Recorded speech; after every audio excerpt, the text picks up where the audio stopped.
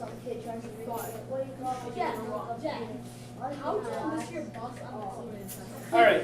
What? Ollie, so let's talk a little bit about evolution here, and we'll talk a little bit about the history and what evolution means, because evolution really is the basis for all modern biology. And so when we talk about this word and this concept of evolution, it is a change in a population over a period of time. Generally, it happens pretty gradually, but there are situations when it happens more rapidly. And so we're going to talk just about a scientist who, so there was this idea that species can change over time, that species can become extinct, new species can form. This idea was around for a long time, all the way back in ancient Greece. People thought that this might be a possibility in some areas. And as scientists started to think, and during the scientific revolution, when science started to become more formalized, several scientists studied evolution and how this could happen. One of the scientists that did that was this gentleman, Lamarck. And Lamarck had an idea that we know today is not really accurate and not really true. But he was one of the first scientists to try to provide a theory about how species can change. And what he believed in was this concept called the inheritance of acquired traits or characteristics. So let's try and understand what that means. Inheritance. What does it mean to inherit something? Or inherit a characteristic?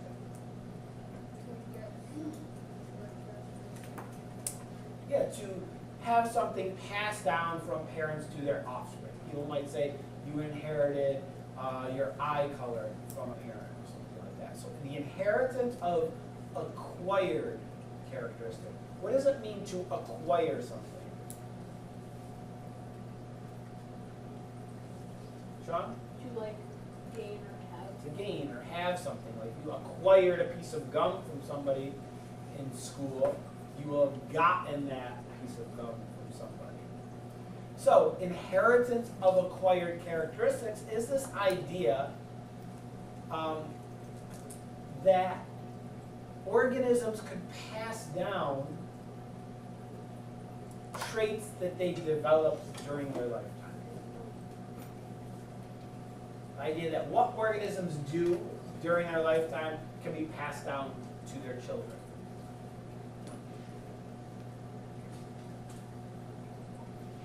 An example of this thought is if you go out and work out all the time, become very big and strong, and then you have children someday. Does that mean your children will are going to be very strong? No. Or if you dye your hair color, does that mean your children will possibly have that dyed hair color that you have? No. I'll get to that now. So that's the idea of the inheritance of acquired characteristics. It may seem kind of silly to us because we know quite a bit about genetics and passing of traits from one generation to another, but it wasn't always the case. So one illustration of this is what Lamarck thought about giraffes. Lamarck's idea about giraffes having long necks is that because giraffes' food is in trees, okay, in order to reach as much food as possible, giraffes are always stretching out their necks. And they become a little bit longer. And then that longer neck is passed on to their children. We would get a super giraffe one day. If it kept So- getting bigger. That'd be sick. Do you think that's how giraffes evolved to have long necks? Yeah. No. Just like did you ever see sometimes people have those big things in their ears, those gauges? Oh, and those are so they ugly. stretch out their ears over time. Disgusting. Does that mean their children will have big holes in their earlobes? No. Sure. Those are the Why those. not? So- If they're too So those traits that those things that happen during our lifetimes generally are not passed down to the next generation. Okay? So this concept of the inheritance of acquired trait, it's not a correct theory. What organisms do to their bodies during their lifetime are not passed on to the next generation. One interesting experiment, although somewhat cruel, I would say, scientists that tried to show if this was correct or not took a huge number of mice, and he measured their tail length in male, female mice, and then he chopped them off. Like use like toenail clippers or like a butcher's. I'm not sure. And then he bred them together. And he took those offspring of the mice, and some of the mice he did not chop their tails off. He bred the regular tail mice with the chopped off together, and he bred the chopped off mice tails together, and looked at the next generation, and he did it again, chopped off their tails. He repeated this time after time, and after he did this for many generations, do you think there was any difference in tail length? No. Chopping the tail off the mice did not make their offspring have shorter tails. Just like giraffes stretching their neck, even if they could do that, that's not something that would be passed on to the next generation. Things that happen to one's body during their lifetime do not get passed down to the next generation. So that couldn't be how species evolved, because those changes aren't passed on. Like it says, you just said that like something that an organism does to the body does not like affect their offspring. Yep. But don't like people who smoke when they have like babies, can't they be like all messed up and weird? No, so there are things, what actually gets passed on from parents to offspring? And yes, the only thing that can pass on is the genetic material from two cells. The egg cell in the female and a sperm cell in the male. So that is the only thing that ends up in the offspring. And so the only time changes can be passed on from one generation to another is if it's a change in the genes of the sperm or egg cell. Now there are environmental things. For example, smoking during pregnancy. Okay? Smoking during pregnancy, the chemicals inhaled during smoking make their way into the bloodstream of the mother, make their way through the placenta into the offspring, and can have effects on the offspring.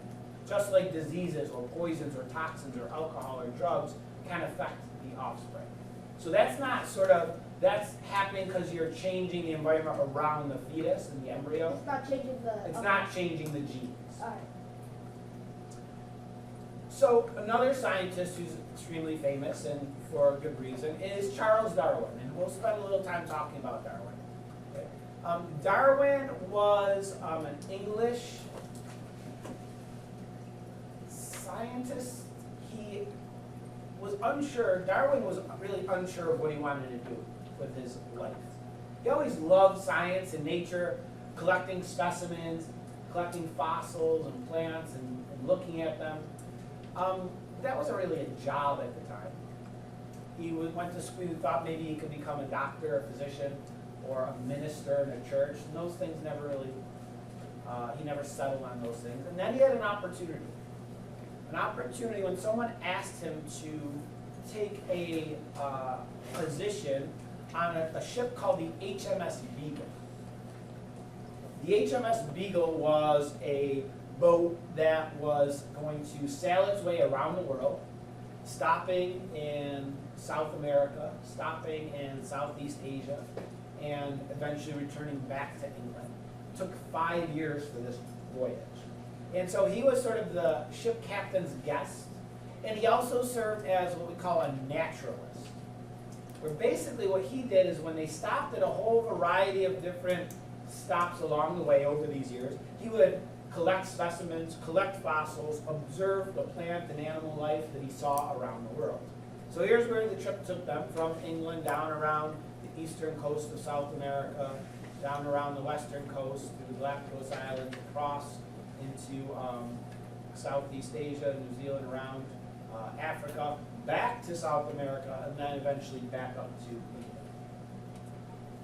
And so along the way, he collected huge numbers of specimens and samples and cataloged things, sent things back to England. And his collections and what he observed sort of got him thinking about the huge diversity of life that he saw. All of these different plants and animals and fossils and so forth. And he started thinking about and started to put together an idea about, well, why is there such a variety of life on Earth? He saw several things that sort of led him to think about evolution. Okay? And so he brought all this material back to England, studied it. He started writing down his thoughts about evolution, about how these species can change over time. He developed this concept of natural selection, which we'll be talking a lot about. That species could change over time due to this process called natural selection. However, he didn't publish this at first.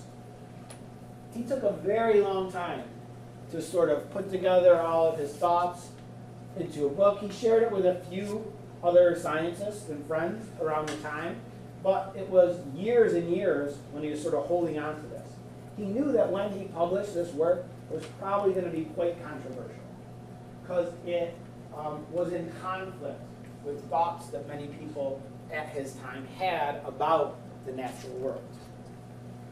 So around Darwin's time and earlier than Darwin, there were some pretty widely held beliefs about the earth, about living organisms. Okay? At that time, many people, most people I would say, the majority of people, believed the earth was only 6,000 years old. The entire planet was just 6,000 years old. And people came about with that number by trying to trace back through the Bible and figure out how many generations had passed. And they came up with that number around 6,000. Okay. They also believed that the species we see around us today were always here. And they were always exactly as they are today. And they would not ever change. That God created these species a certain way at the beginning of the earth, and they would never change over time. Darwin's ideas sort of went against this. Darwin said, well, species can change. Species aren't perfect. They change over time. Species become extinct. New species are formed through natural processes. Okay? And that was in controversy. That was, like I said, in conflict with what a lot of people believed at the time and with a lot of people's religious thoughts. So there's it's not just Darwin that brought about this sort of change in ideas. There were other scientists as well. Some geologists, especially, started to think, well, the Earth must be much older than this 5,000 or 6,000 years that we've been thinking about. Okay? They started to study that. We know today the Earth is like 4.6 billion years old. That is a very long time. Okay? There's been life on Earth for 3.5 out of those 4.5 billion years. Humans have only been around in their modern form for a couple 100,000 years. Geologists sort of studied and figured out the age of by looking at fossils, layers of rocks, the idea of plate tectonics, and there's huge plates on the Earth's surface that are moving over time. All of these sort of bits and pieces of information helped Darwin arrive at his ideas about natural selection. And so Darwin knew of this work of these other geologists because for Darwin's natural selection to result in the evolution of species to what we have today, it takes a very long period of time, much longer than would have been possible if the Earth were only 6,000 years old. So Darwin's conclusion was that living things do change over time, and they do so by this process of natural selection. Let's watch this little video.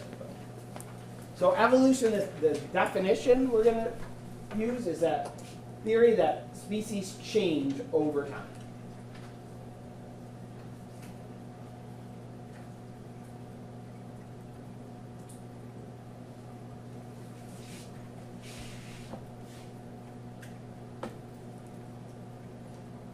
So this video will kind of give us a little introduction before we get into our details.